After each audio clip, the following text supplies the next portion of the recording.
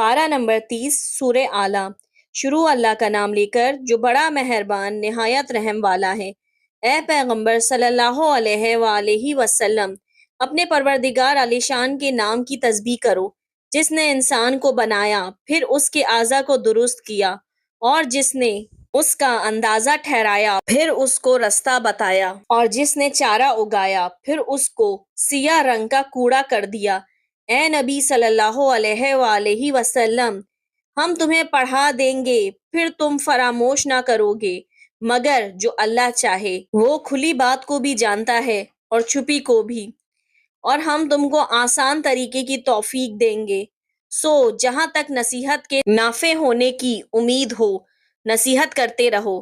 جو خوف رکھتا ہے وہ تو نصیحت حاصل کرے گا، اور بے خوف بدبخت اس سے کترائے گا جو بڑی تیز آگ میں داخل ہوگا، پھر وہاں نہ مرے گا اور نہ جیے گا۔